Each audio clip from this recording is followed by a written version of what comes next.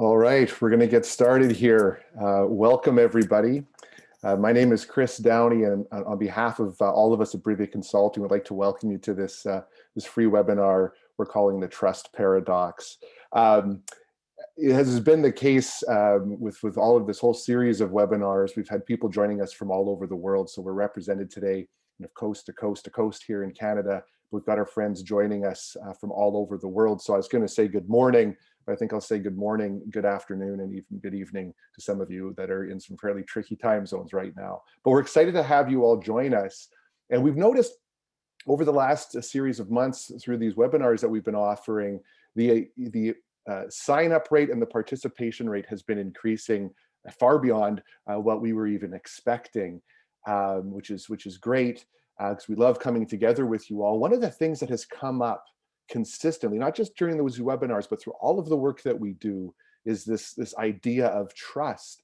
And because it's being talked about so much, we thought it would be important to bring this group together, those that want to hear what Steve has to say, to hear some of his perspectives on this somewhat elusive and even sometimes slippery thing we call trust. So I'll let Steve take that over from me. But we're here for 45 minutes this morning. As usual, we want to make sure this is as engaging as possible. So we encourage you to load up the chat, ask questions throughout. Don't wait until the end to ask your questions. Let us know how you're doing this morning as well. That's always fun to see, and let us know where you're joining us from. But we encourage you to participate through the chat. I'll be moderating it throughout. Steve pays attention as well while he talks.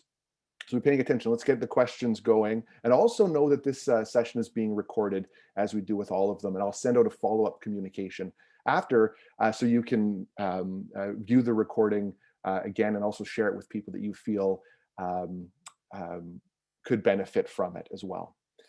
So with that, I'd like to introduce you to Steve Groot, who is our speaker today.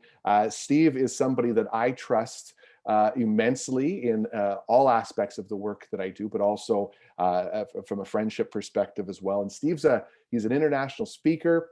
He's an author of a Sage publication called Responsive Leadership, which is actually used in a number of universities around the world. And of course, Steve's our president at Brivia Consulting, and Steve has dedicated his life to helping people. And that is what he's still all about today. And he is the thought leader behind all of the work that we do at Brivia. So with that, I'll hand it over to Steve. Steve.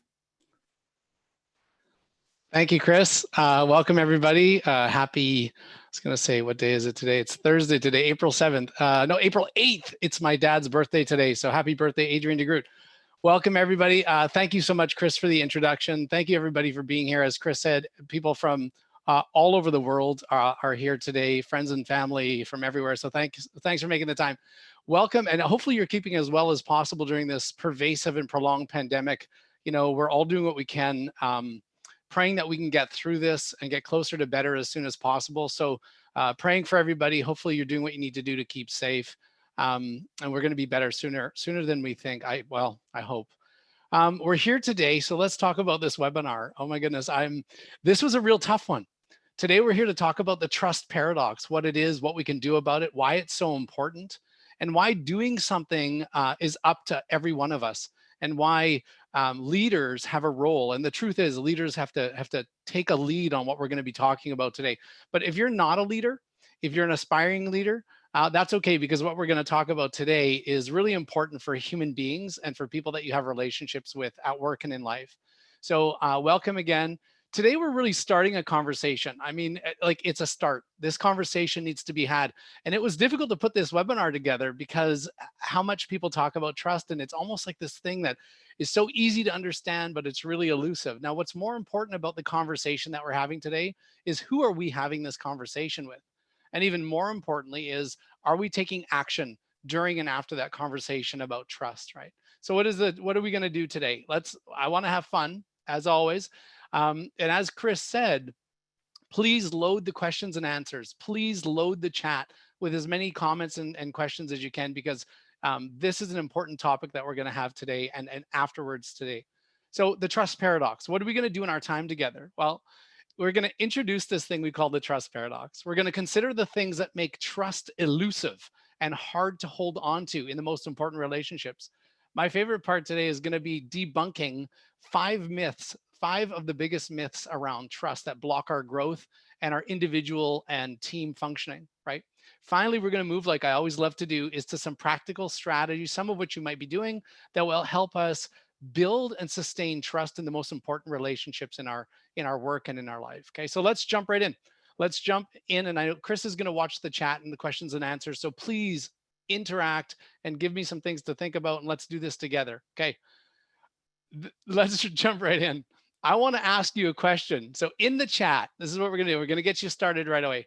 From your perspective or your experience, what would you identify as the main difference or differences between a low performing employee who is on a performance improvement plan in a process of performance, who's being performance managed by their company? So that's the first scenario. So what's the difference between that scenario and a high performing individual who's performing optimally, who's excelling, exceeding expectations, and attaining preferred results? What are the things that come to mind? I'm actually going to look at the chat right now and also get involved in this. Well, you got one: engaged. Thank you, Kimberly, out of the blocks, right? So engagement, disengaged, lack of motivation, right? So what are the differences? Low engagement, personal goals, inspired, low attendance, poor leadership. Oh, leadership comes up. Engaged, adding ideas. Okay, so these are really important. Throw it in there. What is the difference? Motivation, expectations. Thank you, Karen. Thank you, Brett. Thank you, Laura. Okay, so all of these are true. No motivation or desire, doing the bare minimum. Okay, so I thought we were only going to get a couple of things in the chat. Okay, awesome. No sense of purpose, compliance only, disinterest. Okay, this is awesome. So when we think about the differences between these two scenarios, there are a lot of really important things, like lack of clarity, right? We have lack of clarity, leadership, performance, disinterest, lack of engagement. Now they're all relevant. As a matter of fact, they come up as key factors. This is one of the biggest things that we see in our work, right? Well, the biggest thing is that these factors are critical, but the number one thing, and here we go, right? Lily just kind of nailed part of it. All of them are true, but while lots of factors play a big role, the common denominator in every single scenario is the level of trust in either the relationship, in the environment, or the trust in the person themselves, right? But what we're going to be talking about today is the issue is trust. Now, the other common variables, right, is effort, right? Effort is the result of the trust that we have in that relationship. So that's going to come into play. So think about a time when you've been in a high performance situation or a high trust situation versus a low trust situation, okay? Think of it either as an employee. When you were an employee in a low trust situations, we often hold back our efforts or our inputs, right? We hold back our feedback. We hold back the things that we have to say if we're having difficulty trusting. As leaders, think about it from a leadership perspective, right? When we've been in a low trust situation, we've held back our efforts, right? To get behind something or someone if we're having difficulty believing or trusting them, right? And this is what's really important, right? I want to be really clear about this. Trust and belief are totally linked. Now, you may have heard us talk about this before, but there is an inextricable link between whether we believe something and the efforts we're going to be putting in, right? I love to see some of the chats coming in, right? Put whatever you want in the chats or in the comments and questions, right? Think about a time, like think about this. This is so important. If we believe or trust something or someone, right? That we put more effort towards it. We get behind it. As employees, think about this. If we trust our manager or if we trust our team, we're gonna say something. We're gonna make a request for help. If we don't trust, so I often say, if we don't, we won't. Our efforts feel and look totally different depending on the trust in the relationship or in the environment, right? Leaders, I want you to consider, if you're a leader, consider your level in high trust versus low trust situations, right? Think about a time when you had low trust for somebody or for something, right? How much effort did you really put in when you didn't believe something or something was going to change, right? Think about that. And I know when I think about that, when I think about people I've worked with over the past, I'm like, well, do I really believe they can do it? It affects my effort and it affects the outcome, right? This is sad and unfortunate, but it's very real, right? And I want to make an observation, right? So one of the biggest things is a very notable phenomenon. It's amazing how much we talk about trust.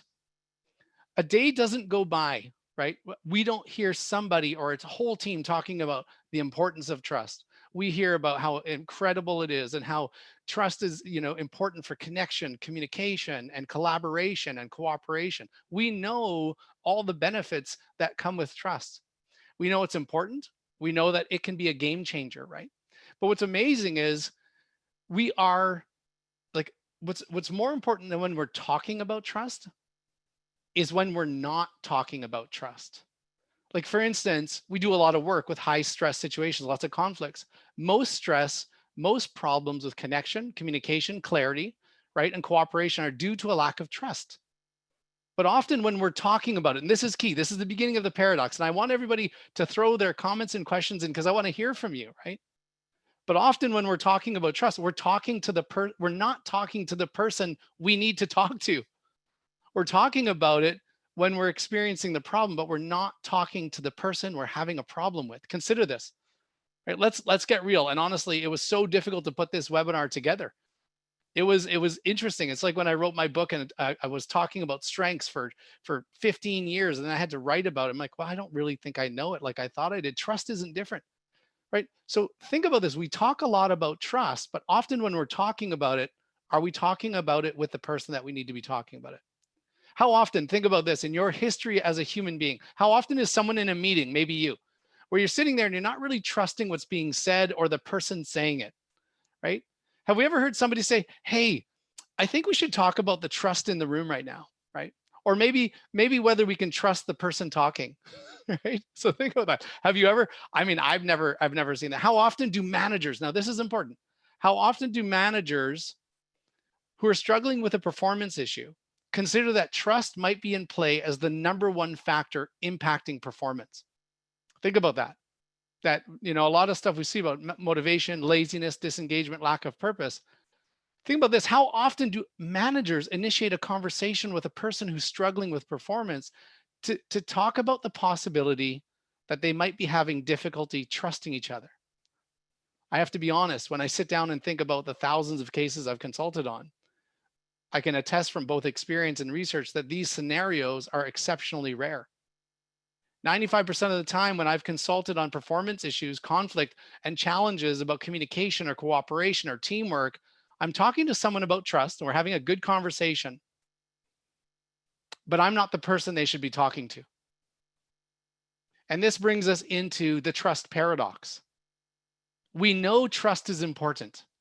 Like 1.5 billion articles have been written. Like, Google it on trust and leadership, trust and organization. We know that the benefits are. We're talking about it all the time, but we're not talking to each other about it, right? But we're not talking to each other about trust. And I mean with each other, like the person that we are in a relationship with, right? Those are the people, right? And we're not talking about it because we're worried about being disappointed or hurt. Like, that's what it's about. We're struggling with trust, right? So 3 other variables perpetuate this trust paradox, right? That make the trust that we want in important relationships elusive, right? And what I mean by that is we travel the world, and many of you talk about trust. We talk to tons of different organizations, and there's many people that when you get them in a room, and they'll say, I'm not happy with the trust on my team, or I'm not happy with the trust of my leader. I'm not happy with the employees. I'm not as happy as I want to be. I don't have the trust that I want. And there's 3 variables, 3 big variables, right? And psychological is safety. Brett mentioned that. I see that people are agreeing here. Good chat. Keep the chat going, right? Because honestly, this is like a massive dilemma. And one of the reasons it's a massive dilemma, and I'll talk about it, is because when we're not trusting each other, when we don't say something and we hold back, it leads to all sorts of complications and all sorts of other types of stressors that we're going to get to. So 3 variables perpetuate this trust paradox that we're talking about, right? The first one is people don't show when trust is impacted. So think about that. We're going to talk about each of these. The second one is trust can be difficult to define, right? We know what it feels like, but can we define what it is, right? In a concrete way that we can actually access it. Number 3 is there are unhelpful beliefs about trust that are real barriers, right, to getting it and keeping it. We're going to talk about some of the beliefs about trust, right, that impact our ability to trust other people, to trust ourselves or to trust the situation. So let's talk about the first one. What's one of the first things that perpetuates this paradox? Well, humans are great at protecting ourselves, right? We are so awesome at protecting ourselves is that when trust is damaged, and I talk about it being bent, it being broken, or it being bruised, we don't show it because we've been hurt, we've been disappointed, right? So to show it, to show that I'm hurt is to continue to be vulnerable in an environment or in a situation or a relationship where I already don't feel trust. We don't show it because we don't want to hurt again, right? When we get hurt, right? I say when we get hurt, we hide it, right? We don't show it. So this is interesting. When we don't show it, the person that breached trust, they don't know it. Like this is where we start drifting instead of driving. If I'm not talking to Randy or Laura or Slawick or Janice, right? And I've been hurt and I walk away, that's when we start, that's when connection gets broken. That's when we start to drift. That's when communication starts to break down. We're vulnerable. And when we start drifting, we continue to hold back. And it could get better by accident, but in many cases it gets worse. And what's really important right now to mention, because we all do it, is that most incidents where trust gets bent, broken, or battered, bruised, is unintentional. Yes, it's unfortunate, but very few of any of us are willingly trying to hurt the people that we care about or the people that we work with, right? So that's important. That's an important note, is that most violations of trust are by accident, okay? So that's the first one of the first barriers, is that we don't show it, right? And we don't know it. So the second thing that makes trust elusive is that it's easy to describe. It's hard to define. We know what it feels. We know what it feels like. People go, yeah, I know, I trust, I don't trust. We know what it feels like without a doubt. But when we try to define it and to agree on a shared understanding of trust, that's when it gets a bit murky. That's a big barrier, right? So in order for us to fix this trust problem, this paradox that we have, is that we all have to agree on what is it. So I'm going to put something out there, and we're going to do a poll right away. I'm just going to tell Chris to get ready. Let's simplify trust. Let's make it as simple as possible, because if you go to the definition, you'll see things about belief and reliability and honesty and integrity and all this stuff that are values, and they're really like, now we got to agree on a bunch of other things, but let's make it simple. Trust in relationships is a sense of security and safety that's the result of actions or inaction. So our behavior that we do or that we don't, that is favorable or at least not detrimental to us. So if you think about that for a second, I'm going to ask you what you think of this definition. I see people on the chat saying, yeah, it's about behavior. Yeah, it's not about values. It's about what we do. It's about how we act. That's what we're talking about. So let's make this definition a sense of security. Somebody already mentioned psychological safety. Well, we talk in our research at Brivia about the 3 great states: feeling safe, significant, situated. That's trust, right? So trust is a sense of security. So safety, that's the result of actions. Wow, why is that so awesome? Why am I so happy? Because if Barb and Brenda and Jason and Brett and I and Lori, we say, okay, we agree. That means if we say jokes about skin color are not favorable to people, well, then that's it. We don't do it because it's not favorable. If we understand that showing up not to a meeting on time is not favorable, now we start to get closer. And when we do, we refer that sense of security. So let me ask you, let's put a poll up. Chris, if you want to, are there with the poll. So would you agree, yes or no, that trust is the result of actions and the consequences of those actions in relationships? Right? So this is, are we going to agree on this, disagree on this, right, as a group? Because before we go forward, if we're going to build trust as 181 people or almost 200 people, right, as it continues to grow, we can't go further unless we have an agreement that this is kind of what it means to us, right? And what's amazing is that most of us agree, okay? So the poll results, as you see, 99% of us. All right, I'm not a mathematician, but the last time I checked, that's really high. We agree that trust is a sense of security or safety that's the result of our actions that are either favorable to us or at least not detrimental. That's going to come into play really huge as we do this, okay? So I'm just trying to get this off my desktop here. Okay. So let's go. So the second barrier, first barrier is we don't show it. And we're going to talk about what we can do about that. The second barrier is that sometimes we know what it feels like, but we haven't agreed on a shared understanding. We're there now. We now know that it's actions, right? So the third biggest barrier, what is the third biggest barrier? These are the myths that we're going to get to, these beliefs, right? Trust and optimal growth, we believe things about trust, right? Some of the beliefs that we hold about trust are actually not helpful. And I'm going to get into some of those beliefs.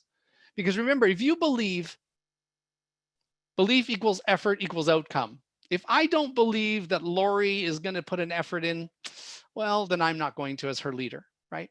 And it's going to affect the outcome. So think about this. Belief, what I think affects how I feel determines how I act. So what we believe about trust has sometimes been a major barrier, right? You've probably heard some of these myths about trust, right? The first myth about trust is that trust is a value, right? Trust is not a value. Now, this might be confusing. This is a little bit controversial. Throw your questions in, throw your thoughts into the chat as you guys are already doing. Trust is not a value. What do you mean, Steve? Trust is a value. No, it's not. Well, this is it. Trust is not a value. It's a consequence. Trust is a consequence of great values in action. See, most of the research when I was doing my book on leadership, I was trying to we're trying to pin down what's a great leader. And what we were found out was that trust was the result of great values in action. So respect, integrity, empathy. It wasn't those words. It wasn't those values, but it was when leaders acted in ways that showed those things. So go back to the definition of respect. Sorry, to the definition of trust. It's about actions. So values are a consequence, right? And that's why it's often slippery when we talk with companies like, oh, we want to make trust a value. It's like, well, wait a minute, think about that, or think about that for a second. Or if we make respect, excellence, creativity, collaboration, and integrity, is the result trust, a sense of safety as a result of us putting that into practice. So when we understand that trust is about actions, it becomes more accessible to us. I now become closer to making it doable. I'm not going to let trust just happen to my relationship with Laura because I know that trust is a consequence of how I behave. Oh my gosh, I wish I would have known this 20 years ago. The development of strengthening trust starts to become more within my control, within our control, right? So what's the next one? Oh, this is huge. This is probably, I would say, the biggest barrier to trust. You've heard it. No, I don't have time to build trust with Brett. No, we don't have time to build trust. We don't have time. I don't have time to do that. We need to move on. Now, trust does not take time. Trust takes actions over time, right? It's not the time that passes. It's not that a week goes by. It's what happens in that week. Now, I learned this with gang members. I've done a lot of work with gang members, okay? And what's interesting about working with gang members is because a lot of people say it takes a long time to build trust. Well, what I learned from them is when you use their name, look in their eyes, demonstrate respect by asking if you can enter their space, and you ask permission to move around, and you make your thoughts and your actions predictable, right? If you shake their hand versus standing back, if you stand up versus sitting down, that can happen over 60 seconds. And in that 60 seconds, I've heard from thousands of kids that makes a difference in whether they trust us or not. But see, imagine this. Remember, belief equals effort equals outcome. If I really believe that I don't have time to build trust, what kind of effort am I going to put in it? Here's another barrier. Trust is hard to build and easy to break. You hear people say that. It takes forever to build. I'm not going to talk about that part, right? But we've already seen that based on the first two, if it's actions over time, if you let me know, Fabio, if you let me know, Marnie, what actions I need to take, right? It's not going to be about time. We can build trust very, very quickly. When trust is strong, it's very difficult to break. And as a matter of fact, if you're up here on trust and you have a breach or bent or bruise or broken, right? You can build it a lot faster than you think. You can bounce back when you use the right actions over time, right? Trust isn't as vulnerable as people think it is, right? Here's another one.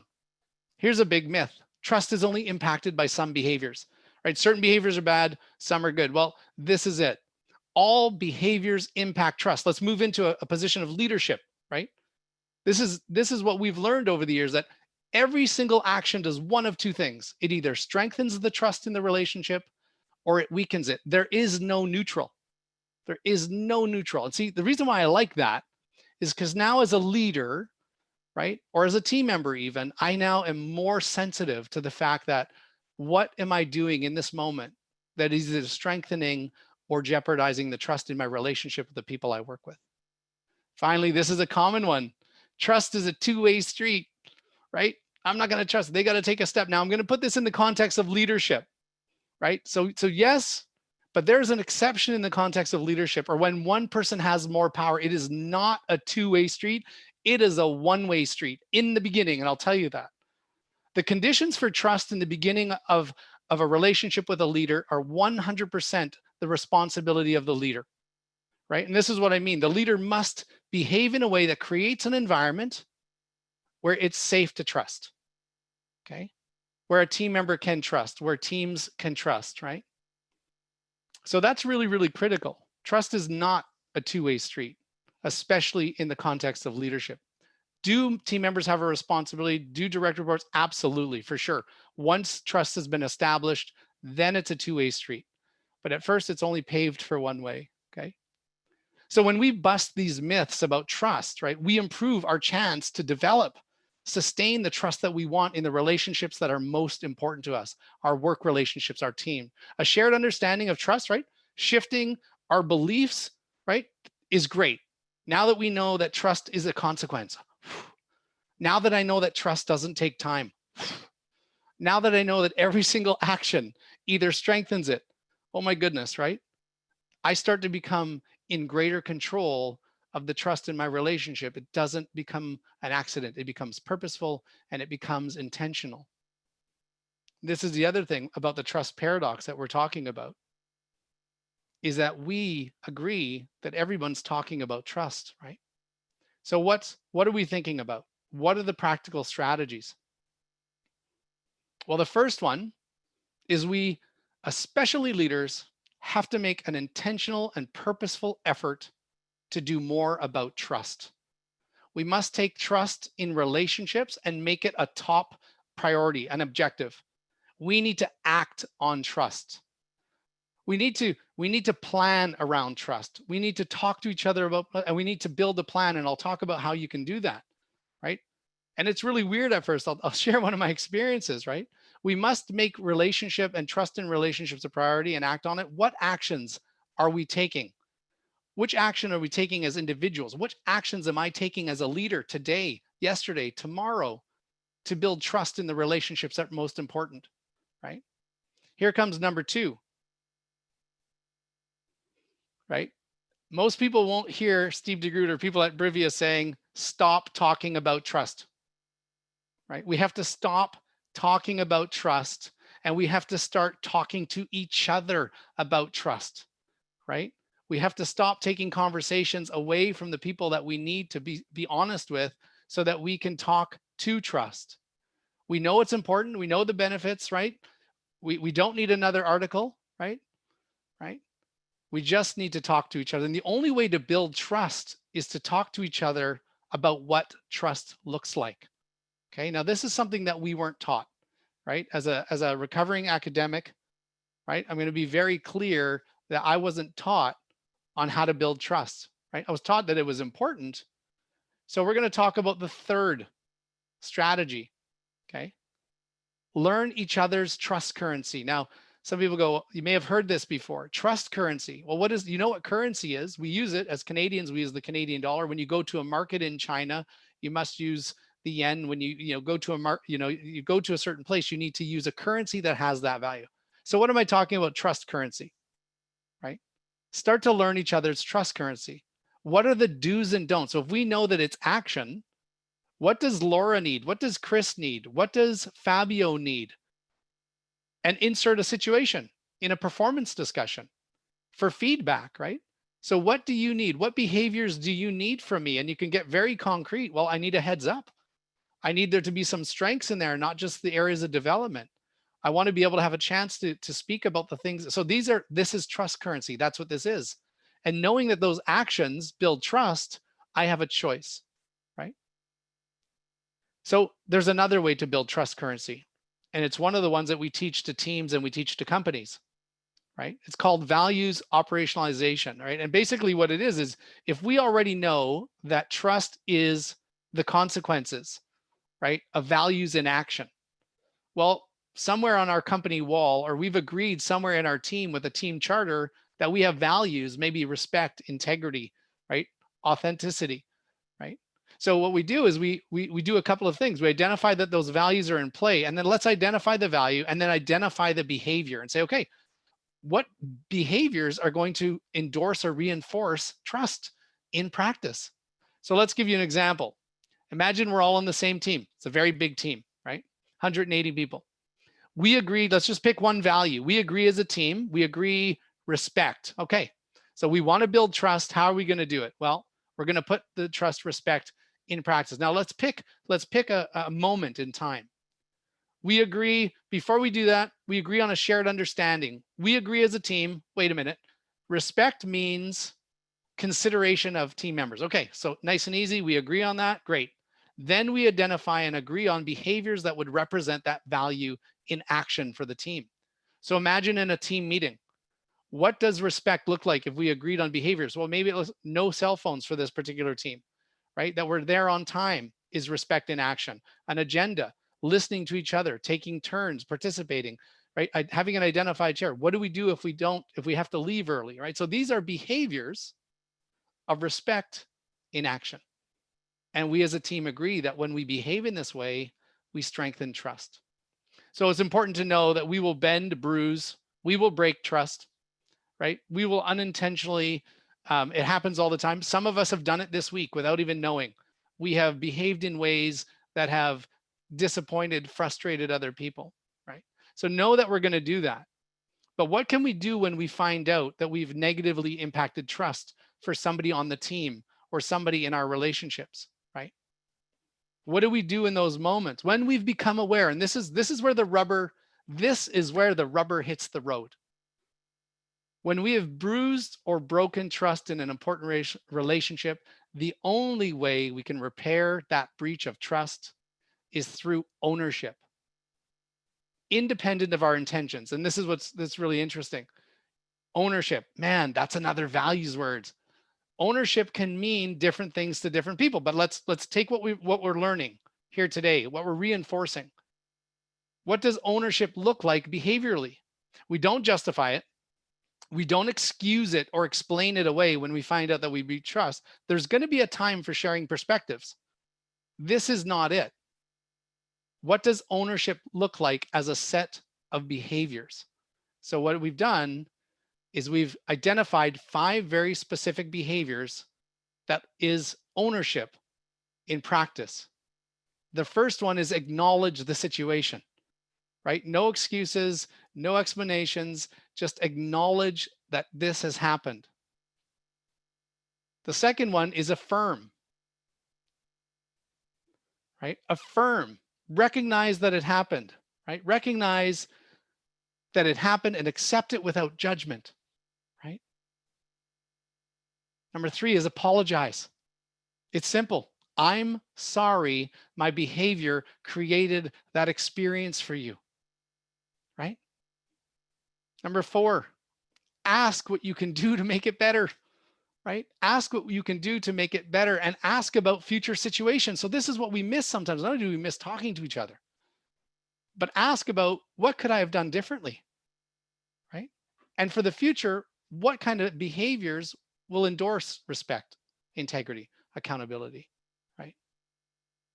And that's how we make ownership, which is a value, concrete. We make it behavioral so that we can rebuild and strengthen trust. Okay. So there's some great comments in the chat. I want to actually open it up. I want to open up the questions because we have a couple of things to share. But I was going to ask Chris if there are any questions or comments that came through the Q&A on your end that we can flag, and people are still open to put some of their questions and comments in chats, because this is one of those things that it's easy to do conceptually, but it's much more difficult to do in practice. So Steve, there are a lot of questions that have come up. great. Some that all attendees saw, and many that just came to the panelists. So I've got a few Okay. here. We're trying to get through as many as we can. Okay. And the first one to share was that in this situation, currently, this individual has one or two staff who have identified a lack of trust with senior leadership as a Okay. concern. The supervisor has given employees voice and opportunity to identify their needs, but the issue continues. Okay. How would you approach that?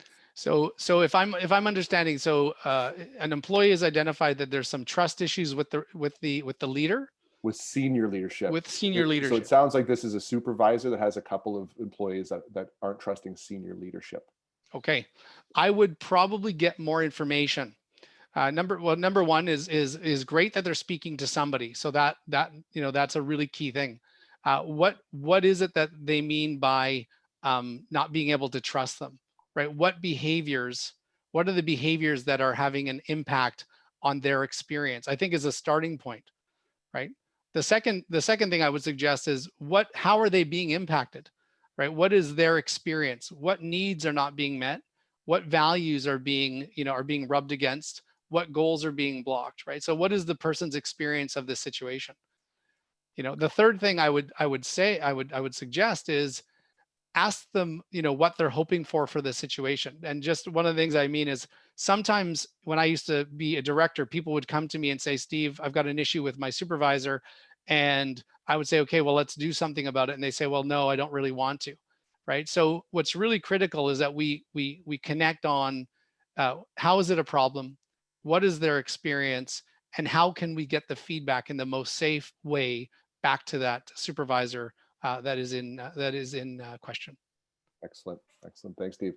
And there's a few here, so I'm going to try to keep the answers as brief as possible with the maximum impact, as you tend to do, which is great. How do you build trust if the person has no integrity or is untruthful? Okay, well, that's how do you? first, And the question, yeah. there's more to how do you overcome that as a leader? Okay, so first of all, it's very rare to meet people that have no integrity. So I would say that's probably an unhelpful belief. For starters is look for where there is integrity and where they are being truthful. If you have a person, I would have to ask the organization, if we have someone on the team that is not being truthful or having integrity, how did they get through the gate? That's a question just for the organization. Now, we have to be careful about that, because saying somebody doesn't have integrity or that they're not being truthful is an assumption and an interpretation. Now, what we should move it to is there incongruence between what they're saying is important and their behavior? So that's the first shift. It's an incongruence. To say somebody is lying or not being honest is more friction than it is fact. So I just want to caution people, is there an incongruence between what they say is important or what we say is important and what they're doing? Yes, that's the start. Next step, ask them what's important to them. This is one of the things that I learned as a co-worker and supervisor, and Chris and I have done this with each other and with team members, is we go for coffee and we go for tea or something, or virtually, and we say, hey, what brought you to this job? What's important to you? What are you hoping for as we carry out our work together? And all I want to hear is one or two or three things, so that when I see or witness, experience the incongruence, I can just a matter of factly say, hey, correct me if I'm wrong. You said that putting in a good shift was really important, and I noticed that you're coming in at 9:30 and leaving at 3, and I'm just a bit confused.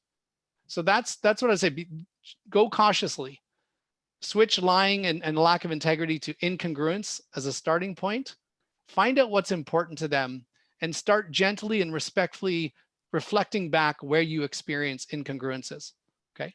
And now this is important because unfortunately, if we would have done some of this proactive stuff, many of us wouldn't be in this situation if we would have defined this earlier. So thank you for sharing. I hope that was helpful. Send us, yeah. So Chris. Awesome, Steve. Yeah, there's a few more, and we've got about 5 more minutes here. I want to get to them if we can.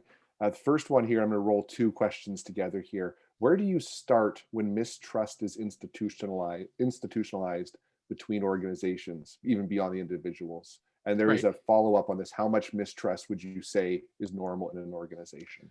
Well, for starters, a lack of trust is rampant in every organization. To differing degrees at different times. It's one of the reasons why we're doing this webinar and starting a series of them is that don't mean rampant, but it's issues on every team has issues with trust. And that's why we got to make it a priority and keep getting to better with it. Now, when it's between two organizations, one of the things I say is rally your own organization first and get clear on what's important to you as an organization, right? What values are important to us? What are we here to do? What is our mandate? When you're working with the other, again, it's very similar to on an individual level, is when those leaders of those organizations get together, you ask, what are you hoping for in our work together? What's important for you as we carry out the work, right? Because the only thing that we can do, getting back to these myths and about measuring trust, is we have to put some fence posts in. What does working well together look like? Now, very few organizations would say we don't want to work well together and we're not going to cooperate and we don't have any values. That's very rare. Find out what's important to you first as an organization and align on where you come together and have a conversation about how can we continue to work better in a way that's with these things that are important to us. Okay, so those are my suggestions. Okay, Awesome. and ask the $1 billion question. And I see in the chat from a good friend and colleague, what do we know? And that's thanks for the reminder. Every single instance where we experience incongruence, start with what do we know about this from this person's perspective, or what do we know about this from this team's perspective? What could be driving this? The answer is I don't know until we figure it out together. Okay. Awesome. Okay. A couple more here, Steve. I want to get to these. The first one, how do you deal with a situation where you have lost trust with a colleague, but the colleague is completely unaware of it? How do you regain trust? Wow, that's tough. Again, the way back isn't as tough as we think. Is getting back to, because again, they may not know it, like you're saying, right? And asking them what's important to them, right? Asking your colleague, what's important, what do you prefer about, what do you like about working together? So this is really important. If you really are having difficulty asking head on, which is tough for many of us, ask the person that you're working with to describe what's a great working day, what's a great shift, what do you appreciate about us working together?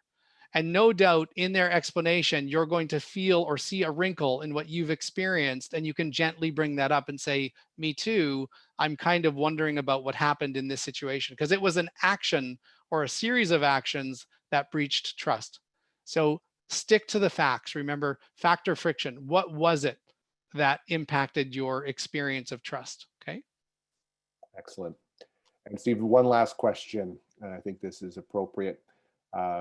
From a good friend that I haven't seen in a while here. Do you believe that having trust in someone may, in some way, fosters personal and team resiliency? That is to rebound and thrive through challenging times. 1000%. So trust in our research at Brivia and the stuff that we've been doing, trust is absolutely critical for resilience. Trust, that sense of safe, significant, situated, where we can, what happens when we feel trust, and everyone online knows this, when we feel trust in a relationship, we're safe to bring our whole selves to work, our core four, our needs, our values, our goals. When we know it's safe to make mistakes and that we won't be judged, our ability to access and activate our potential is phenomenal. So absolutely. And this is it. We didn't get in today on the negative consequences of trust and all this kind of stuff, but this, can't be understated. It is a key to our own resilience and our ability to perform optimally as humans at work, even more important for the beautiful, amazing people who are dependent upon us when we get home, right? Excellent, Steve. There are more questions, but I'm just being mindful of our time. Yeah, so we're going to do this again. I'm going to pass it to Chris. So Chris has something to add. We have something really special coming up. But I want to thank everybody for being here and say trust is up to every single one of us. Trust is the result of great values and action, right? If someone breaches trust with us, this is really critical, and that relationship is important to us, we owe it to them to let them know. Because when we hold back, we hold back. We hold them back. We hold our potential back, and we hold our ability to learn and grow is also held back. So finally, if you or your organization would like support to do this, to build, strengthen, and sustain trust, with individuals and teams, we are here to help, and we'd love to do that. And I just want to say, before I pass it over to Chris, thanks for being here. I wish you the best in your efforts to pursue trust and sustain that very important thing that's most critical in your relationships. Thank you very much and stay safe. Chris, over to you. Awesome, Steve. Thank you. Inspiring as always. So thank you very much, Steve. And thank you all for participating and joining us today and your active participation. That means so much to us. As I mentioned, we have recorded this session and I will send out a follow-up communication to you with that. Feel free to share that with anyone that you can. As Steve mentioned, reach out if we can help you in any way, and follow us on LinkedIn. I've actually seen a few LinkedIn requests come in through this session. So follow us on LinkedIn. And we'll share this with you, but be on the lookout for our next series, which is going to be starting up in the spring into summer, which is It Doesn't Have to Be This Hard. And we're going to be tackling subjects like performance feedback, hiring, difficult conversations. So it doesn't have to be this hard. We're going to help you work through this. Of course, trust being pivotal to all that. And thank you again for joining us. Have a fantastic day and reach out with anything you'd like to hear more of. Be well.